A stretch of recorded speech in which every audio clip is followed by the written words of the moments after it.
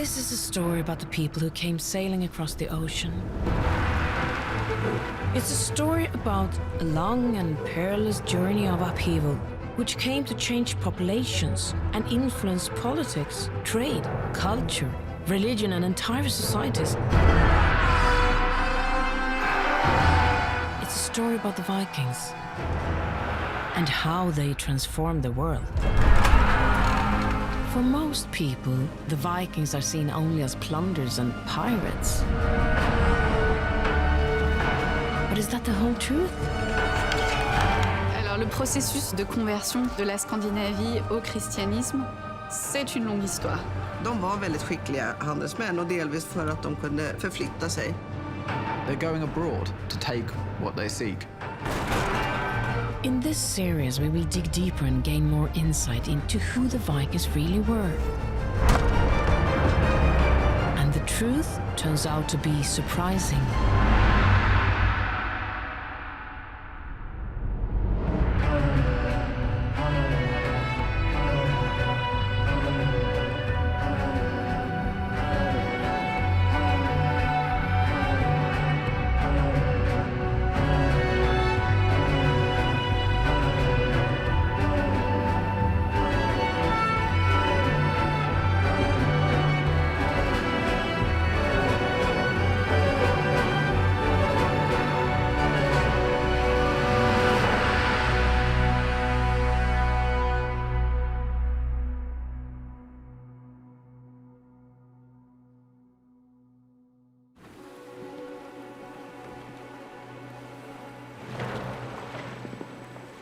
The story of the people who came sailing across the sea is not over yet.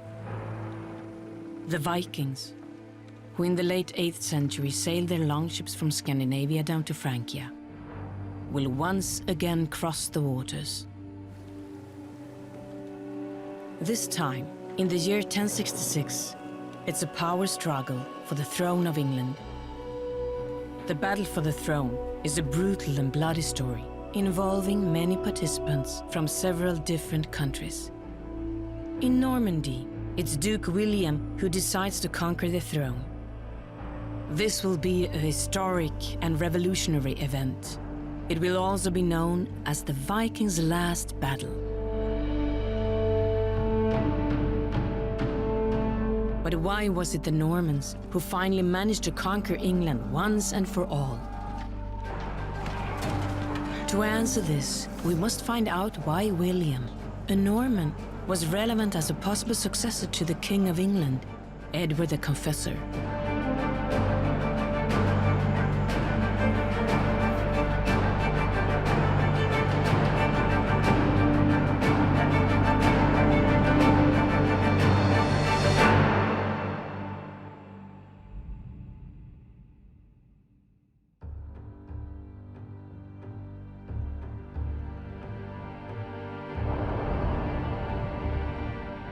After ruling England for 24 years, Edward the Confessor dies on January 5th in the year 1066.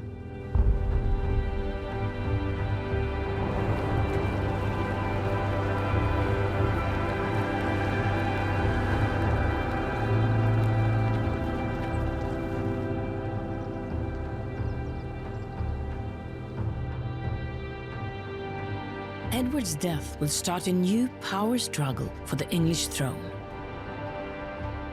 In Normandy, Duke William is making plans to become king.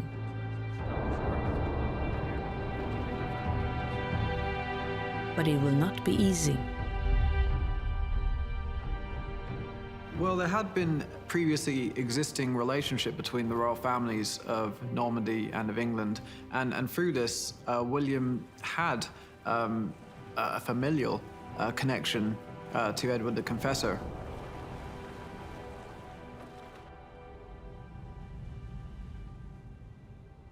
Édouard et Guillaume avaient tous deux des origines normandes communes, puisque Édouard donc, était le fils de Emma de Normandie, qui était la sœur de Richard, le grand-père de Guillaume.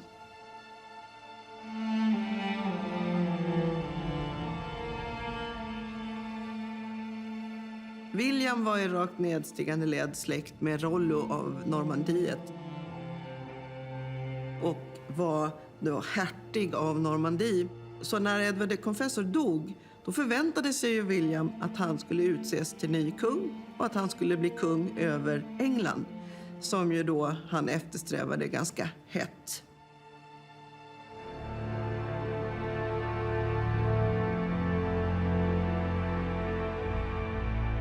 But I think perhaps the more strong aspect of his claim was that there is an indication that Edward actually promised William the throne at some point in the 1050s.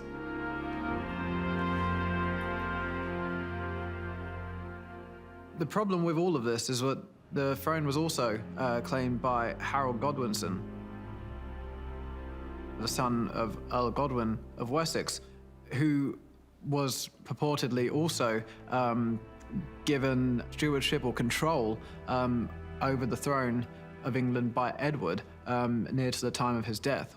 Et en fait, l'un comme l'autre, ils étaient des membres de la famille éloignée d'Édouard qui n'avaient pas d'enfants.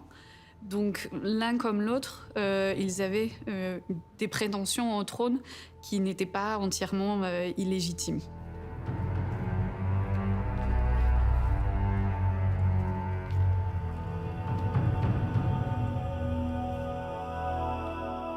So what we have here are two competing claims, but also made more difficult by the suggestion again that Harold had actually sworn an oath of fealty to William when he had been made a hostage in France. So I guess in William's mind, all of these things together may actually give him a fairly good claim to the throne of England. Especially over someone like Harold Godwinson. Nu blev det inte så, utan när Edward dog så utnämnde han Harold istället.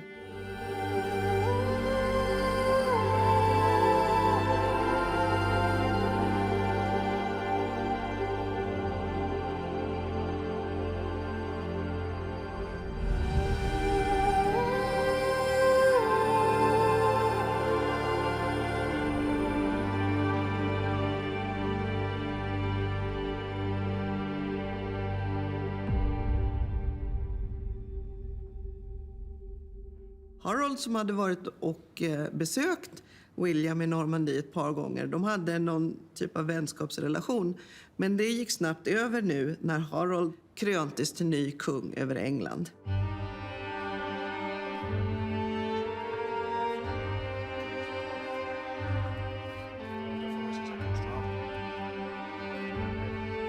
Bon, à la mort d'Édouard, c'est Harold qui est choisi, aussi par les élites anglo-saxonnes, excluant donc Guillaume.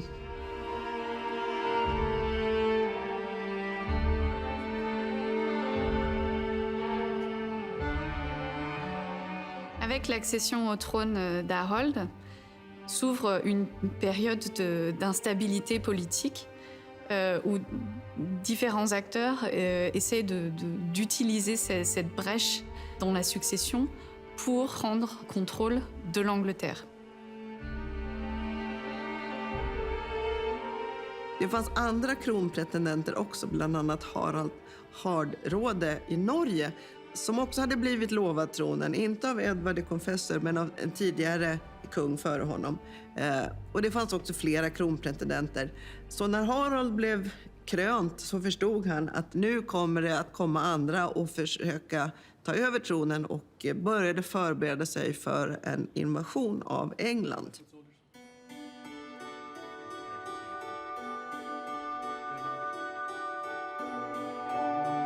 The details of the conflicts that follow have actually been preserved.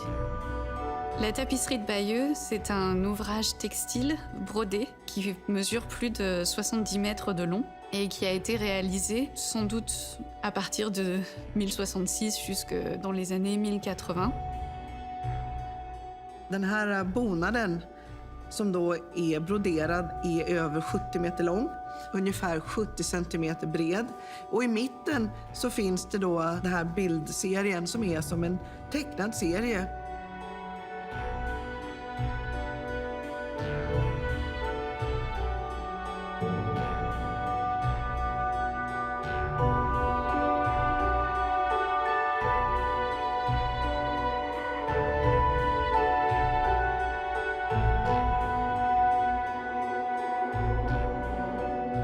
här och där så finns det också texter som beskriver vad man ser skrivet på latin då, på den här bonaden. Till exempel, här är Harold. What we see in this is, for example, the supposed swearing of an oath by Harold Godwinson to William on royal relics, which gives William of course, his legitimate claim to the throne of England. We see the death of Edward the Confessor, and very soon afterwards, Harold's coronation as King of England. And in response to this, William's preparation for invasion. We see him constructing his ships, bringing all of his forces together, a very large invasion force of cavalry, archers, and infantry. We see them crossing the sea to England and then meeting Harold's force at Hastings.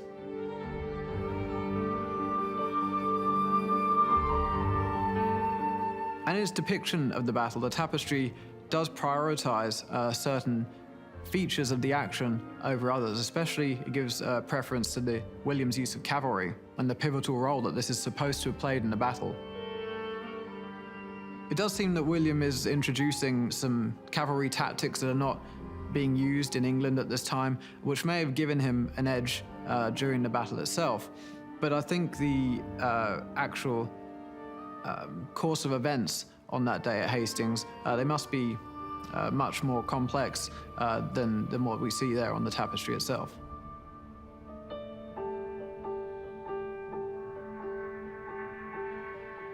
Det är otroligt mycket detaljer på den här, så man ser klädsel, frisyrer, hästarnas utrustning, hur flera hästar går bredvid varandra, hur båtarna ser ut. Det är en otrolig detaljrikedom och en väldigt viktig källa för arkeologisk forskning för att förstå slaget vid Hastings och den här tiden också.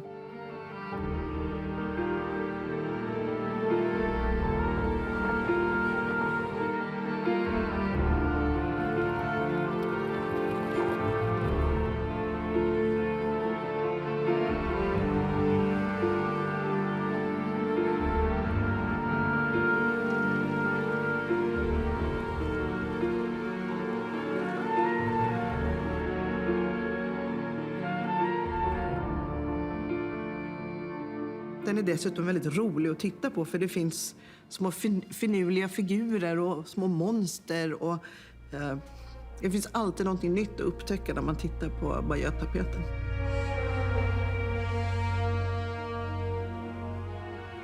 Although there is a new king in England, Harold Godwinson, it's a time of worry and uncertainty.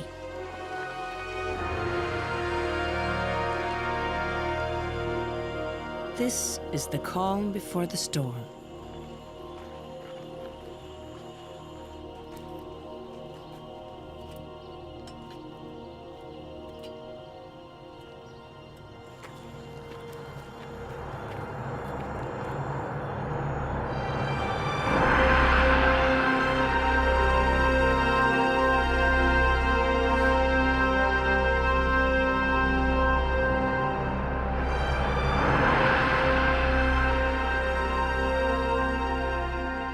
När Edward hade dött och Harald blivit krönt så kom det också flera järtecken. Bland annat så kom Halleys komet just det året, som många tog som ett tecken på att det skulle hända någonting omvälvande och hemskt.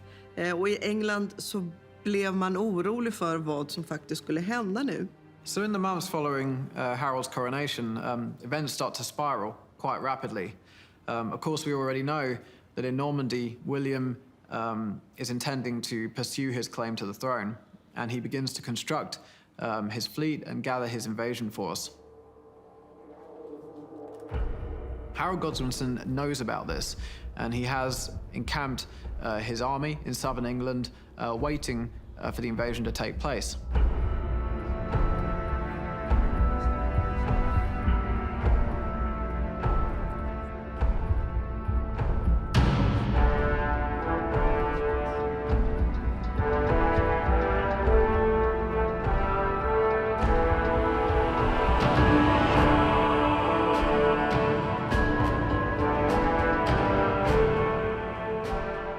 But if we head north, we find that William isn't the only person seeking to claim the throne of England in 1066. In Norway, we come across a king, named Harald Sigurdsson, also commonly known as Harald Hardrada, who himself has a fairly tenuous claim to the English throne, and he intends to assert that right. So just as William is constructing his own fleet and invasion force, Harald Sigurdsson is doing the same. And he's actually assisted and in alliance with Harold Godwinson's brother, an earl by the name of Tostig, who had previously been exiled from England. So while Harold Godwinson and his army are sitting in the south, in late September, Harold Sigurdsson and Tostig's invasion force lands in Yorkshire.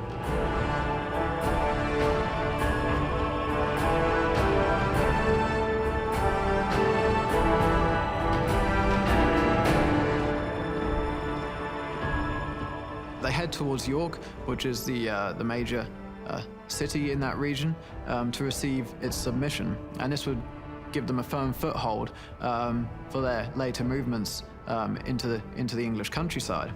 But on their way there, on the 20th of September, a few miles outside of the city at a place called Fulford, they run into two Anglo-Saxon earls and their forces who have mobilized to come and attempt to stop the invasion.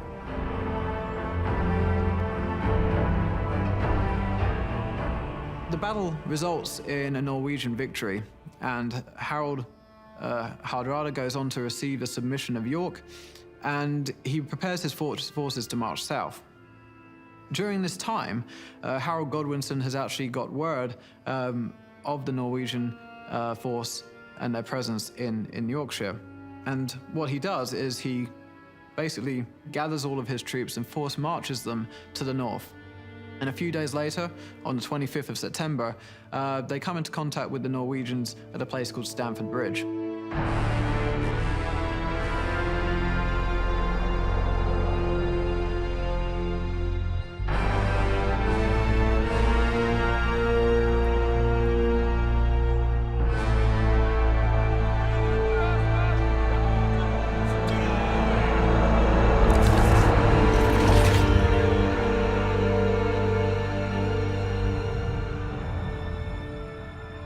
Harold va à la rencontre de Harald, qu'il confronte donc sur le champ de bataille à Stamford Bridge. Et c'est là où Harold ressort vainqueur. Det sägs att bron hölls av en väldigt stor och stark norsk krigare. De ensam höll bron och slog ihjäl 40 man innan till slut en engelsman var listig och kom underifrån i någon typ av båt eller så, det är inte riktigt klart, och högg honom nerifrån. Då dog han och då kunde de inta bron och vinna det här slaget. The Battle of Stamford Bridge was decisive for a number of reasons. First, it resulted in a Norwegian defeat. Harold Hardrada was slain in what is often described in the kind of Anglo-centric perspective on the Viking Age as the last kind of Viking invasion of England.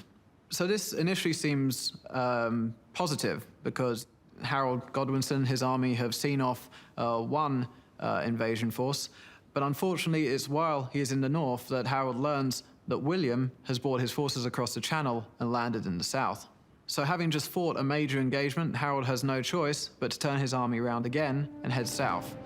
And over the course of several weeks, he makes his way towards the southern coast.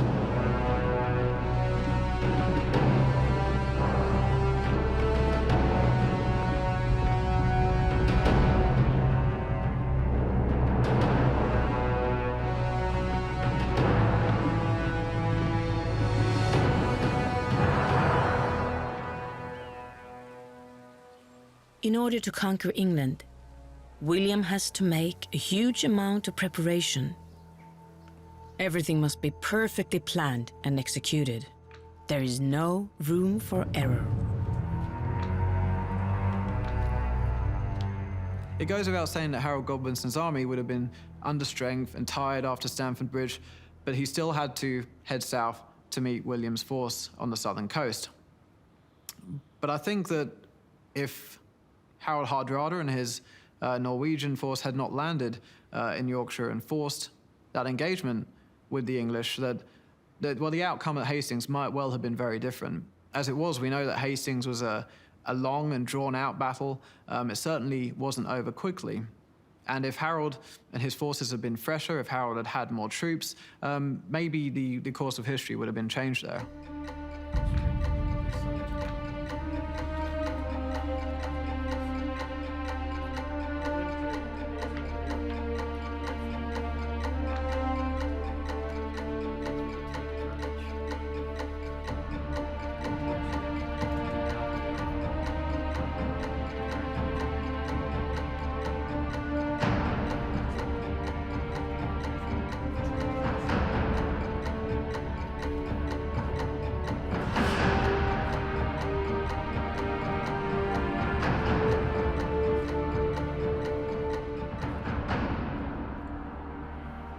Une invasion comme celle de Guillaume, ça n'est pas une invasion qui se prépare en quelques semaines.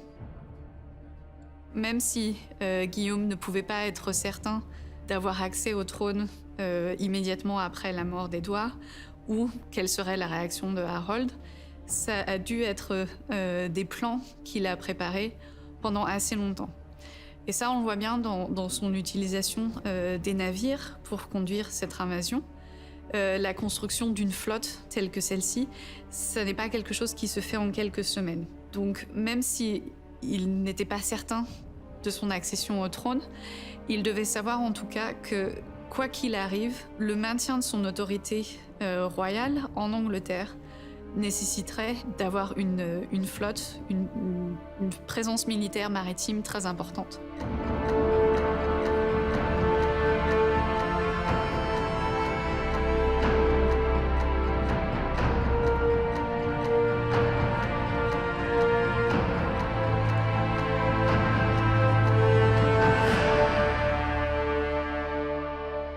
Donc déjà, en amont des événements de Stamford Bridge, il devait déjà être relativement prêt à conduire cette invasion. He also may have sought papal consent in order to launch his campaign, which would have again strengthened the legitimacy of his actions.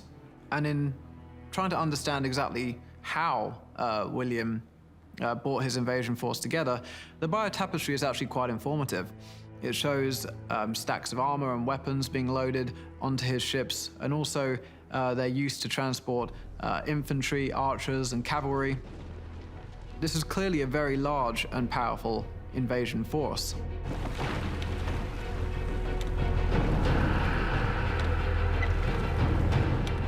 William's troops must now be loaded onto the many ships that will carry them across the sea towards the coast of England.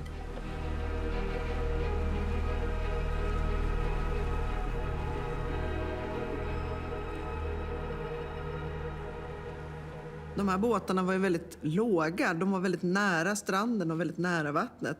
Så för att få förnödenheter, rustningar, vapen och hästar ombord så behövde man vara en planka att gå på. Man behövde inte lyfta hästarna eller något sånt, utan de kunde gå på själva. Och det fanns förmodligen utrymmen på båten där de kunde stå tryggt fastbundna och få mat och dricka vatten i lugn och ro.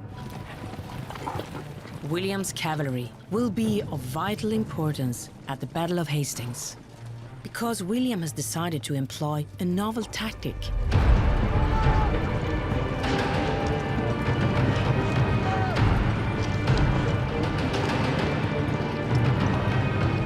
Norman battle tactics are seen to prioritize the use of heavy cavalry formations. In this, their tactics markedly differ from those of Harold Godwinson's force. In England at the time, armies arrived on the battlefield as mounted infantry. They rode to battle, but generally dismounted to fight on foot. And this isn't what we see the Normans doing at Hastings. It's possible that they're here using some tactics that they've refined and learned from the Carolingians. And it's clear that the cavalry play a pivotal role in the battle. It's been suggested that one of the tactics used by the Norman cavalry was the feigned retreat, in which horsemen would approach the enemy, pretend to wheel in panic, and run away. and with the hope of basically drawing out the enemy formations to chase them. And this is what we see on the Bayeux Tapestry.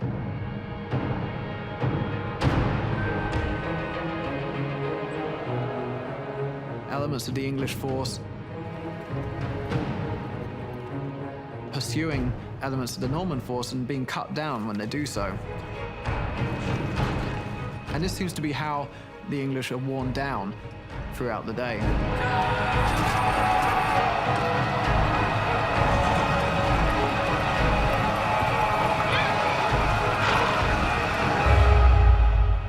And if this is the case, if the priority that the tapestry gives to the cavalry actually reflects the historical reality of the battle, then what we see here is cavalry being used in quite an innovative and sophisticated way, and simply in ways that the English had not used them before.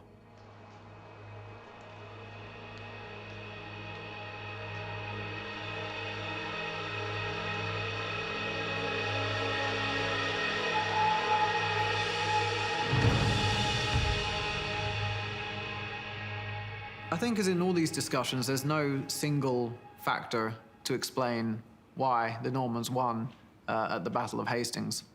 As always, there's many different issues that we need to consider.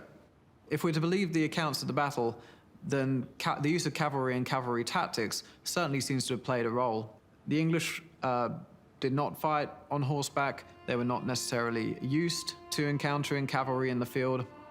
And so the Normans' novel and innovative use of cavalry may have certainly contributed to their victory, especially if there was indiscipline among the English ranks, which led to them pursuing any feigned retreat by the cavalry itself.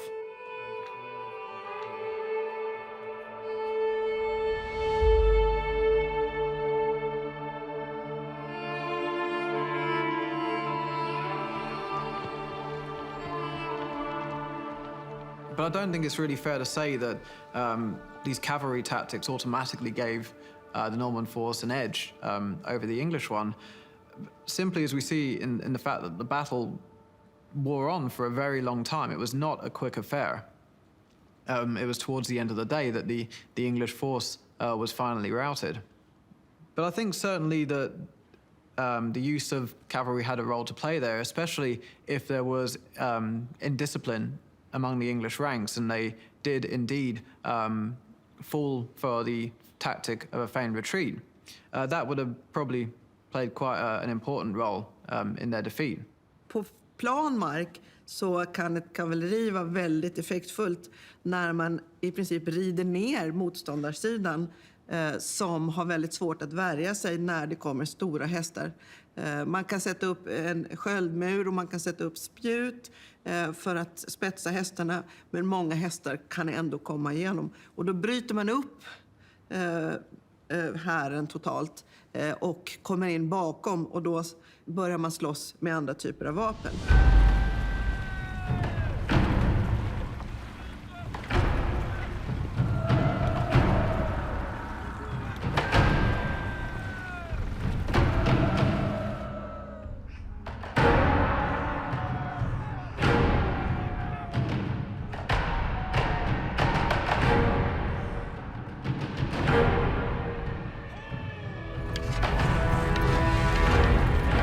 Det var förmodligen det som William hade planerat.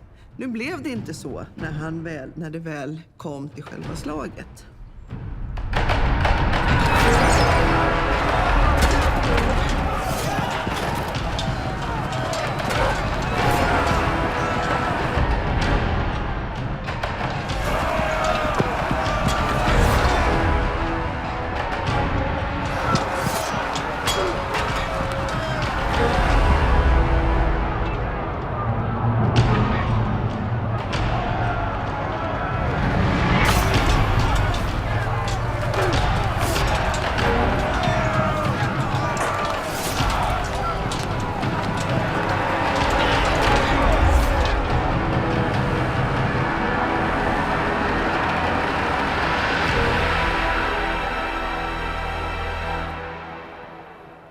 I think to really understand the events at Hastings, we do have to look back at the events immediately preceding it, we need to remember that just a couple of weeks before Hastings, Harold Godwinson had fought off another invasion force, this time in the north of England at Stamford Bridge.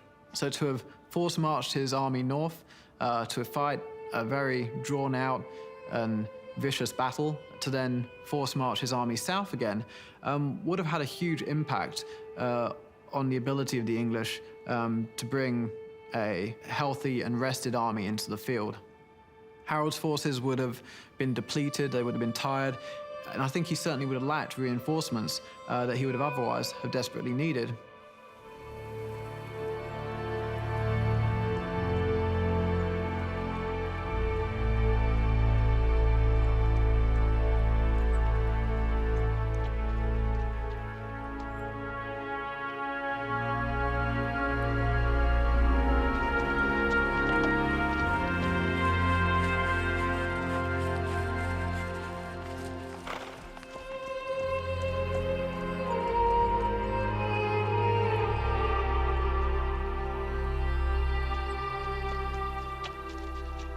Det sägs att innan slaget så satt engelsmännen uppe och drack och sjöng visor och höll moralen uppe hela natten, medan normanderna bad böner och var fromma och tvagade sig. Och då kan man tänka sig att den här som har genomgått ett slag, varit ute och marscherat länge och dessutom inte sover på hela natten utan och sitter och dricker öl, kanske inte är i det bästa skicket när man väl börjar slåss.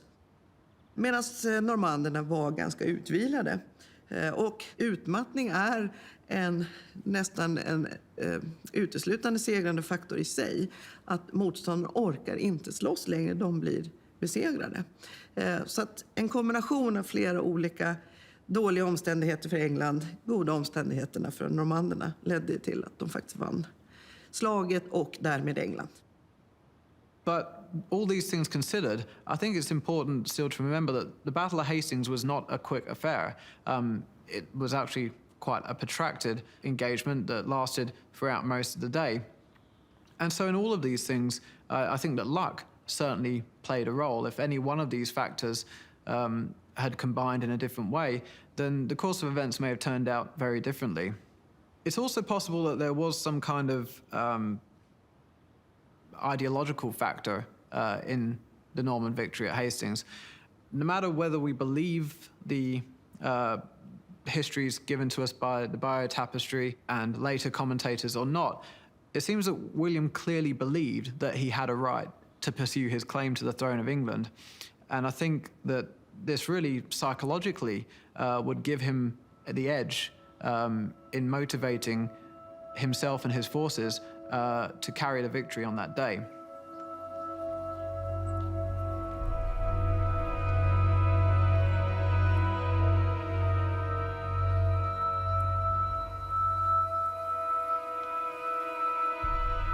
When the battle is finally over, William stands victorious. From now on, he will be known as William the Conqueror. Det var många tusen som dog i det här slaget. Det sägs att bland annat Harolds älskade letade efter hans kropp på slagfältet och hon kunde identifiera honom på grund av ett födelsemärke därför att kroppen var så skadad.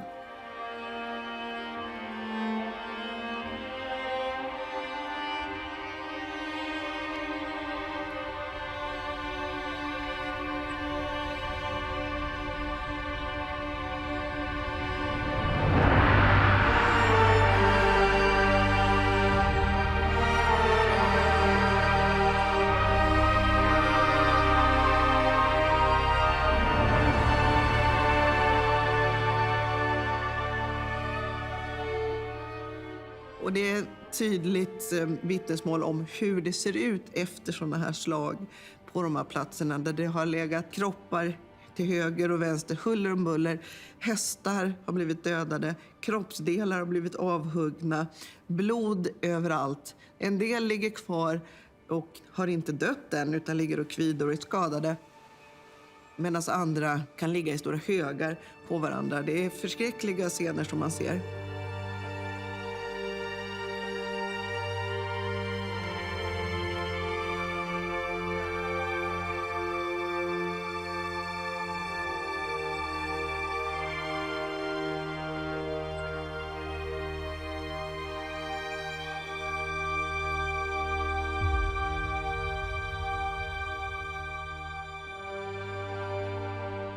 Men man har än idag inte exakt lokaliserat var det här slaget stod.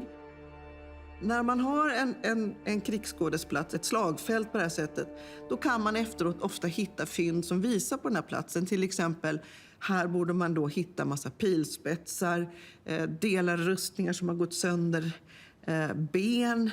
Även om man förmodligen samlade ihop de döda och begravde dem eller brände dem. Och även djuren tog man säkert om hand på något sätt. Men det borde ändå finnas väldigt mycket fynd kvar. Om man väl söker där så borde man kunna lokalisera det. Men man vet inte exakt var det låg. Bara ungefär var det låg någonstans.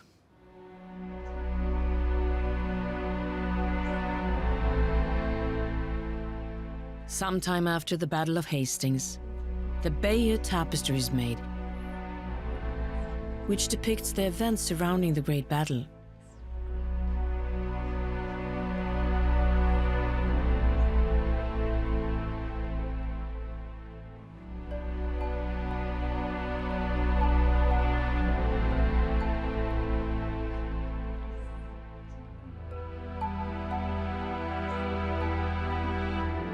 Det är ju som så att det är segraren som skriver historien. Och Bayeux-tapeten är broderad ett par år efter slaget vid Hastings. Det är förmodligen Williams familj eller släktingar, åtminstone den segrande sidan, som står bakom den här utformanden och innehållet av den här bonaden.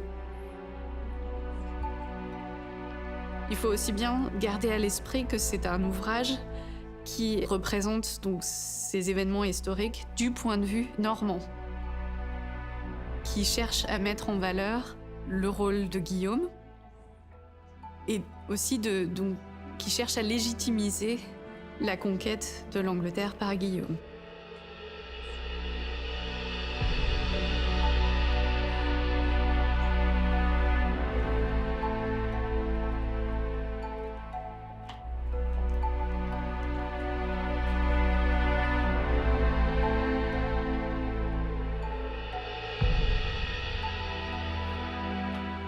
On a encore beaucoup de questions sur les origines de la tapisserie de Bayeux. Qui l'a réalisée, dans quel cadre et de quelle manière elle était utilisée à l'origine. De toute évidence, c'est quelqu'un ou un groupe de personnes qui étaient très bien informés sur les événements qui ont trait à la conquête de l'Angleterre, puisque c'est très détaillé.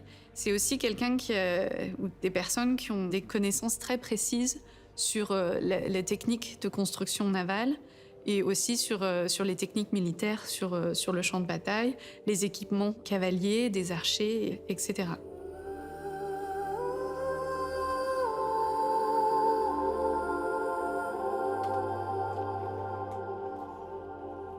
La partie terminale de la tapisserie est manquante. La tapisserie a été roulée pendant longtemps, donc il est possible que cette partie finale soit usée ou ait été arrachée.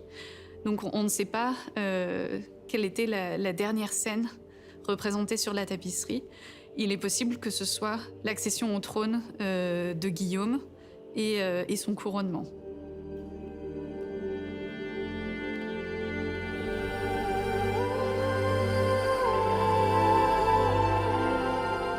William is crowned at Westminster Abbey in London on Christmas Day in the year 1066. He is now the ruler of England and Normandy.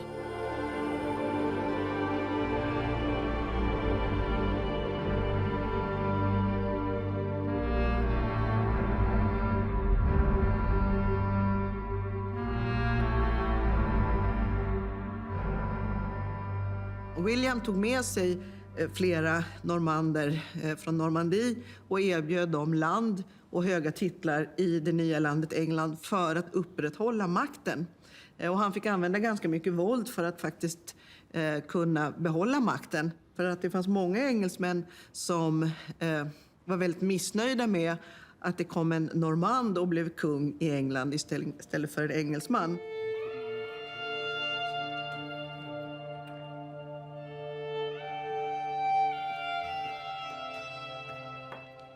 Une des premières étapes de la conquête normande en Angleterre, ça a été de réorganiser les territoires et de changer les élites. De cette façon-là, il a redistribué les terres parmi les élites normandes donc, qui l'ont accompagné en Angleterre. Donc ça lui permet de distribuer son contrôle sur les territoires de manière assez efficace.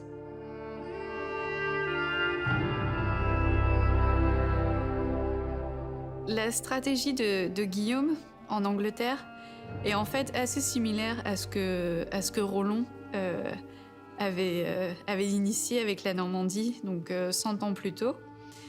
Mais il a poussé le principe beaucoup plus loin. One of the first things he did was parcel land out to his barons. In that sense, he brought the Norman aristocracy over to England and installed them essentially within the system of government. Ça s'est traduit par la dépossession des terres et aussi tout simplement par la mise à mort d'un certain nombre de personnes importantes dans l'élite anglo-saxonne. But despite this, he did face rebellions, quite a number of them, and these had to be put down. And this culminated in a campaign into northern England in what is known historically as the Harrying of the North. While the brutality of this campaign is debated by historians, it certainly shows that William was not afraid to crush any political opposition with overwhelming force.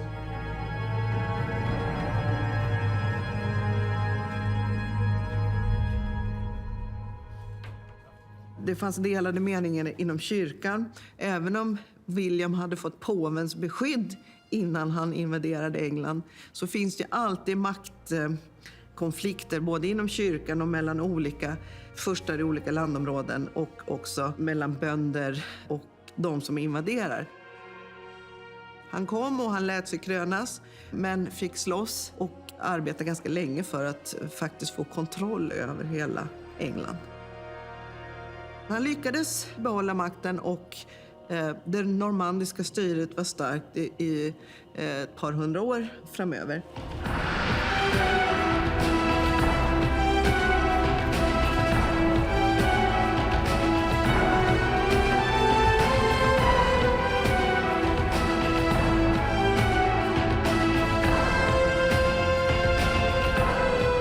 To win the battle for the English crown, William used his multicultural heritage. For instance, he landed soldiers directly onto the shore from shallow draft ships, a tactic that his ancestors used for centuries. Perhaps the knowledge of how to ship horses across the seas was also something that the Vikings had brought to Normandy. Furthermore, William used his Frankish heritage, cavalry and archers, to great effect. In addition, his timing was good, as he arrived not long after the Battle of Stamford Bridge. And finally, he had luck on his side. William the Conqueror ruled England and Normandy as two separate countries until his death in the year 1087. After his death, the kingdom was divided between his sons. His son Robert became Duke of Normandy, and William became the new King of England. According to the history books, the Battle of Hastings marks the end of the Viking Age. The Vikings have now become kings. From the end of the 8th century, when the first raids began, to the 11th century, the Vikings made an astonishing journey.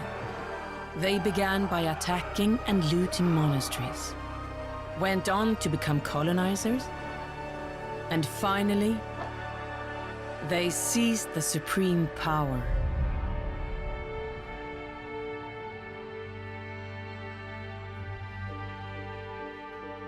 Man kan ställa sig frågan vad det var som gjorde att vikingarna försvann till slut.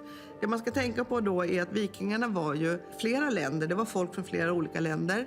De hade under flera år etablerat sig både nere i Europa, i England och på öar i norra Europa. I och med kristnandet i Skandinavien så övergår man också till ett ideal i samhället som inte baserar sig på att man ska plundra och döda sina medmänniskor utan att man snarare ska handla och hålla fred. I don't necessarily think it's right to talk about an end to the Viking Age. This is an arbitrary historical period that we have constructed.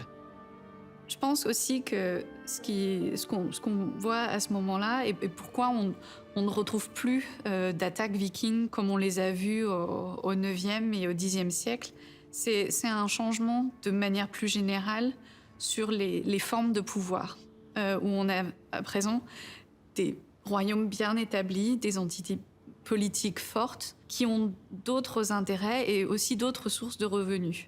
Dessutom, när då vikingarna har integrerats så mycket i Europa som de har gjort vid det här laget, så är de kristna, de är en del av det politiska samhället. Sociopolitiken är det viktiga. Maktallianser, förhållanden, de blir en del av politiken och maktfaktorerna i hela Europa. Donc, dans l'ensemble, on voit une évolution qui suit une certaine forme d'opportunisme, où les stratégies, en fait, s'adaptent à qu'est-ce qui est le plus rentable dans un contexte donné. Donc, quand on part du contexte du 9e siècle, où on a des entités politiques assez faibles ou qui ne sont pas en mesure de se défendre, on a ce phénomène de pillage plutôt anarchique qui évolue donc vers des formes plus organisées d'exploitation des richesses. De blev för stora för att kunna fortsätta ha det traditionella vikingatida samhället. Man började istället bygga städer, mer koncentrerad makt. Människor blev mer beroende av ett större sammanhang och då kan man inte hålla på och åka och slåss till höger och vänster utan man måste anpassa sig till de här förhållandena. When we think about the events of this time that we call the Viking Age, we really need to appreciate the impact that they've had on the social and political development of Europe over the past millennium. It was the events of 793, the events of the mid-9th century, and eventually of 1066 that shaped the political landscape of Europe. And I think it's important to appreciate the continuities between the Viking Age and the modern day. It was these processes of raiding, trade, warfare, and colonization that effectively shaped the social and political landscape of Europe today.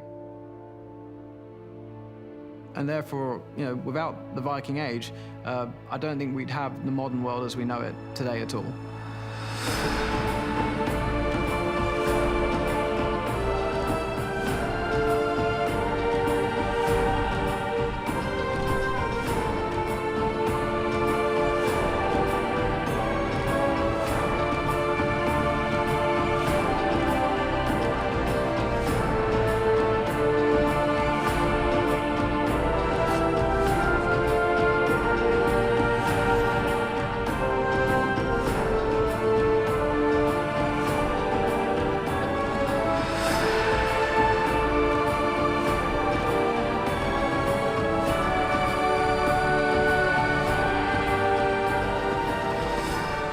Truly, the Vikings transformed the world around them. We have only just scratched the surface when it comes to history of the people who performed these feats. There is much more to be told and investigated.